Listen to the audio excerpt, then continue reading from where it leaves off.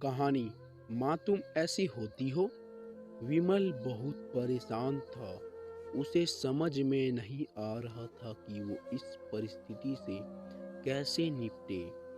वो अपनी माँ को बहुत चाहता था, किंतु उसकी पत्नी और बच्चे उसकी माँ से बहुत दूर भागते थे, क्योंकि उसकी माँ की एक आंख नहीं थी।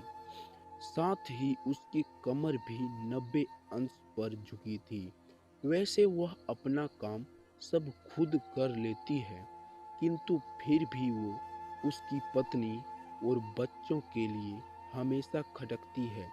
दादी, अब ऊपर के कमरे में जाओ, मेरे दोस्त आ रहे हैं। विमल के बेटे अखिल ने बड़े बेरुखी से कहा। पर बेटा, मैं तो यहाँ बहुत दूर बैठी हूँ। विमल की माँ ने बहुत प्यार से कहा। नहीं, आप उनके सामने मत रहो, वो मुझे चिढ़ाते हैं। अखिल ने जोर से डांटते हुए कहा। क्या हुआ अखिल, क्यों चिल्ला रहे हो?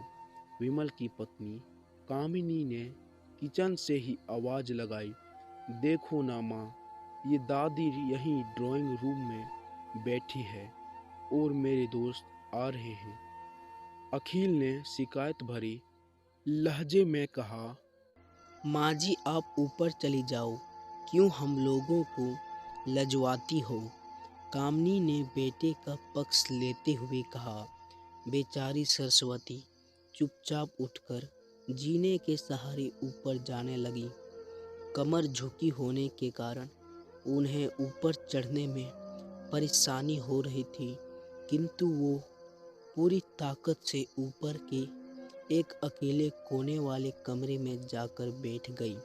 विमल बाजू के कमरे से सब सुन रहा था। उसे कष्ट हो रहा था कि उसकी माँ को अपमानित होना पड़ रहा है, किंतु वो असहाय था।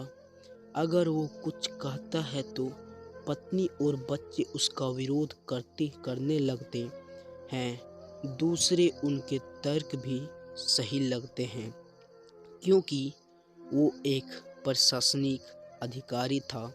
उसका सामाजिक स्तर बहुत ऊंचा था। उसकी ससुराल भी एक उच्च घराने में थी, अतः वह चुपचाप इस तरह हर दिन अपनी माँ को अपमानित होते देखता रहता था। रात को विमल की पत्नी ने कहा, देखो जी, अब कुछ करो। कल कलेक्टर साहब की पत्नी आई थी।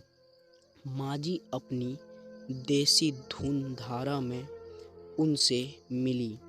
मुझे बहुत शर्म आ रही थी बताते हुए कि ये मेरी सास है।